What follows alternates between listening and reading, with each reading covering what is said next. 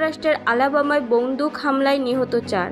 মার্কিন যুক্তরাষ্ট্রের আলাবামা রাজ্যে বন্দুক হামলায় অন্তত 4 জন নিহত ও আরও বেশ কয়েকজন আহত হয়েছে।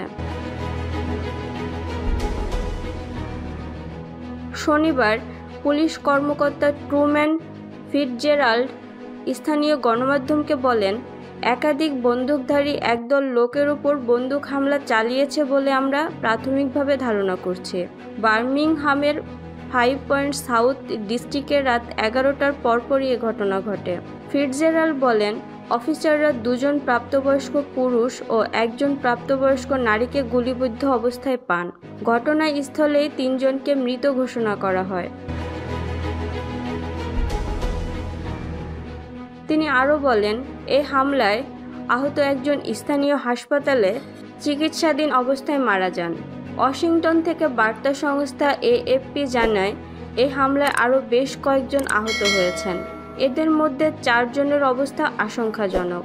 এই হামলার ঘটনায় পুলিশ কাউকে আটক করতে পারেনি।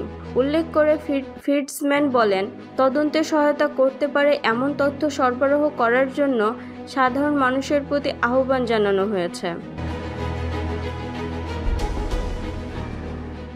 যুক্তরাষ্ট্রের কেন্দ্রীয় তদন্ত সংস্থা ও bureau of alcohol, tobacco, firearms and explosives সহ বেশ কয়েকটি সংস্থা এ তদন্ত করছে। শনিবার রাতভর ফায়ার রেস্কিউ সার্ভিসের সদস্যরা ঘটনাস্থলেই ঘিরে রেখেছিল। গান ভায়োলেন্স আর্কাইভ জানিয়েছে, চলতি বছর যুক্তরাষ্ট্রে অন্তত 403টি বন্দুক হামলার ঘটনা ঘটেছে এবং এতে অন্তত 12,416 জন নিহত হয়েছে।